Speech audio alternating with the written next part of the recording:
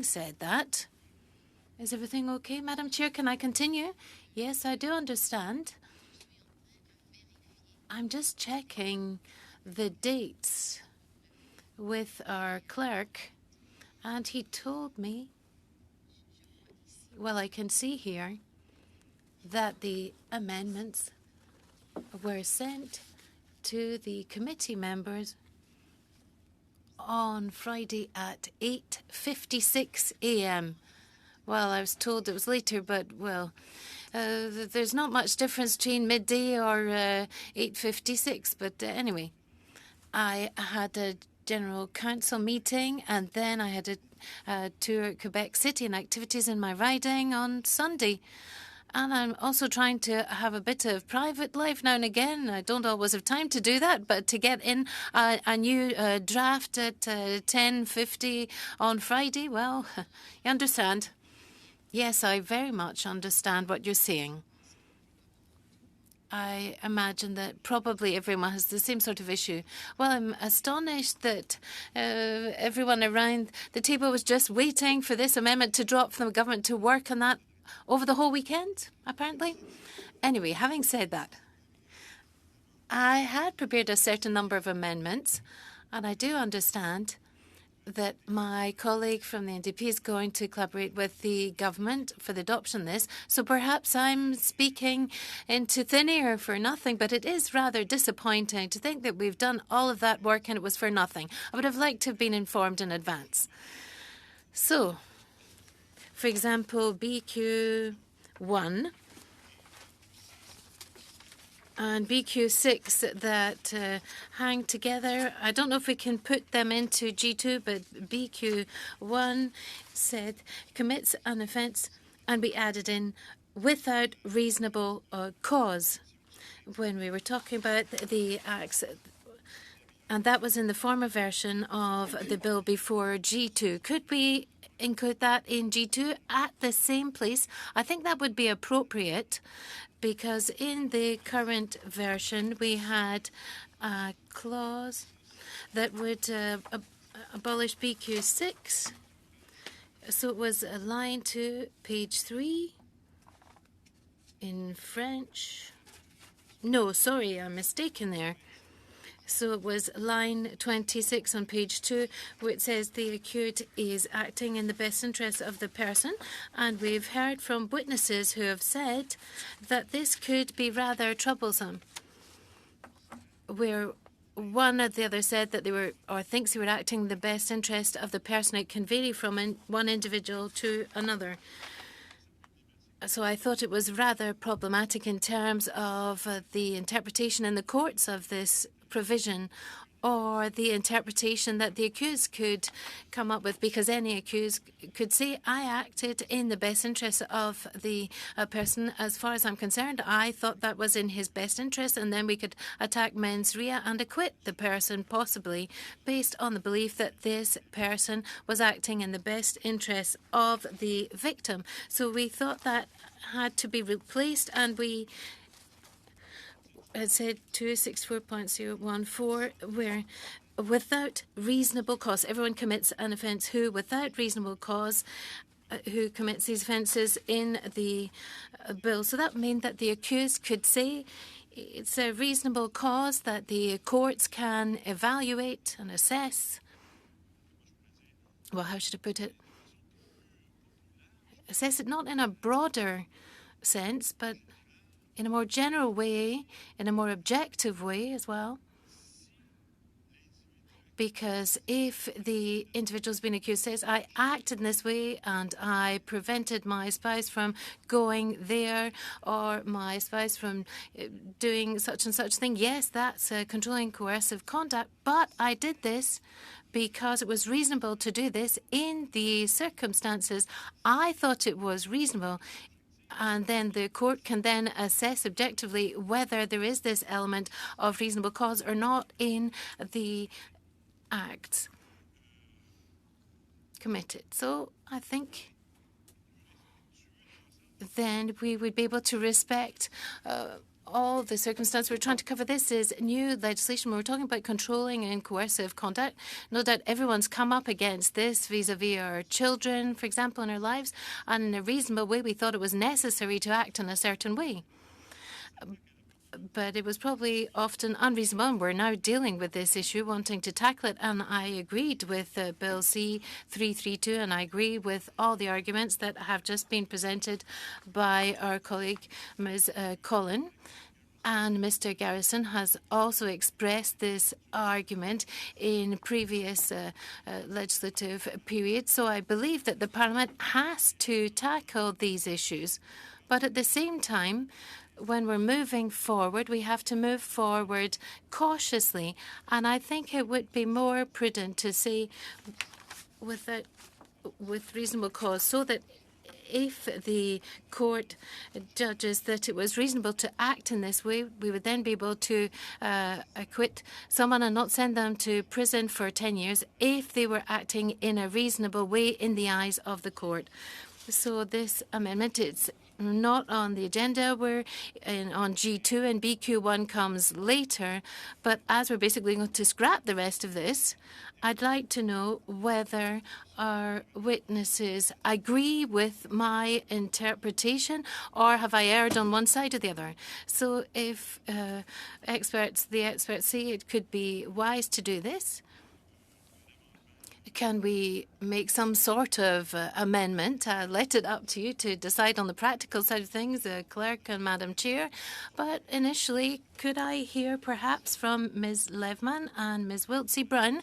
What do you think about this question of the reasonable element? If we add an N2, 64.011, everyone commits an offence who, without reasonable cause, commits on a repeat basis these acts. And sorry for that lengthy question, but I thought it was necessary to explain the ins and outs of all this.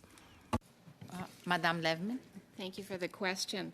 The government motion G2 is intended to address the concern that the accused should be able to avoid criminal liability if their conduct was reasonable in the circumstances. And specifically, it's because the proposed offense builds in a requirement that conduct that isn't criminal in and of itself must be reasonably be expected to cause. Pouvez-vous juste nous référer à l'article au passage au... Could you please refer me to the specific passage under G2 to which you're referring at the moment? In proposed 264.012C, engaging in any other conduct, including conduct listed in any of the following paragraphs, if, in all the circumstances, the conduct could reasonably be expected to cause the intimate partner to believe that the intimate partner's safety or the safety of a person known to them is threatened. So it's built in. Merci. Mais moi, c'est pas à cette raisonnabilité-là que... Thank you very much, but that's not the reasonableness that I was talking about in my concern. So I'll let you put your headset on first. So under C, it's saying that in the cases where it's reasonable to expect that it would be possible to cause the intimate partner to believe that their safety is threatened, that's fine. But there are situations where the accused could say, yes, it's completely reasonable to think, well, it could be possible that she believed that her danger or her safety was threatened.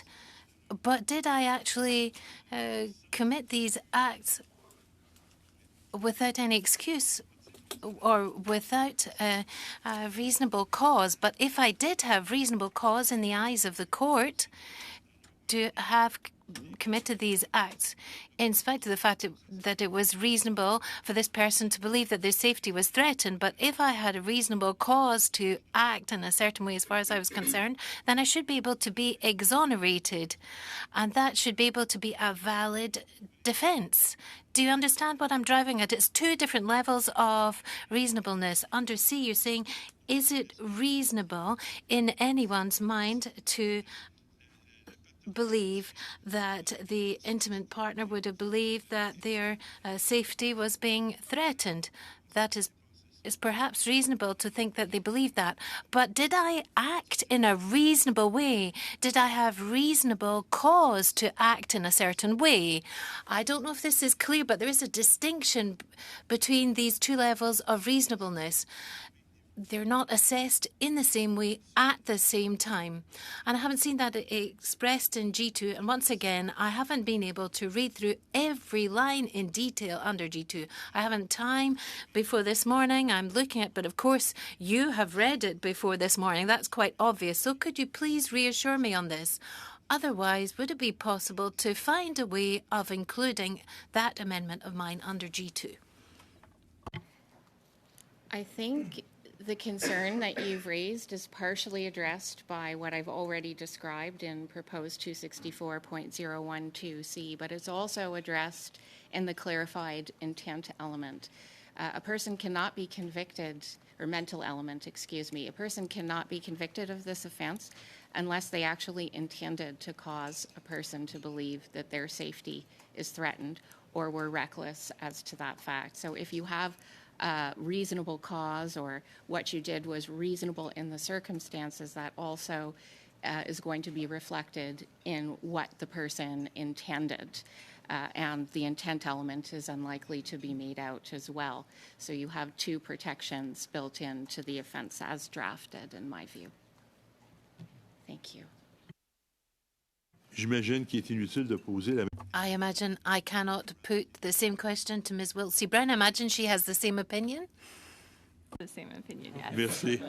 C'est ce que je pensais, mais ça me rassure. Okay, thanks. I thought that. That's reassuring. So, Madam Chair, I must admit I'm not completely reassured. Full respect there, of course, for Ms. Lebman. I've got a great deal of esteem for her, but that doesn't reassure me because this reasonableness test under 264.012C is not the same one as what we were proposing in BQ3, I believe. Yes. So I'm asking again, my colleagues and Mr. Maloney in particular, could we amend G2 to include an offence and then include the words without reasonable cause? I said BQ3, but in fact it was BQ1, corrects the speaker. So that was in this introductory part under 264.011.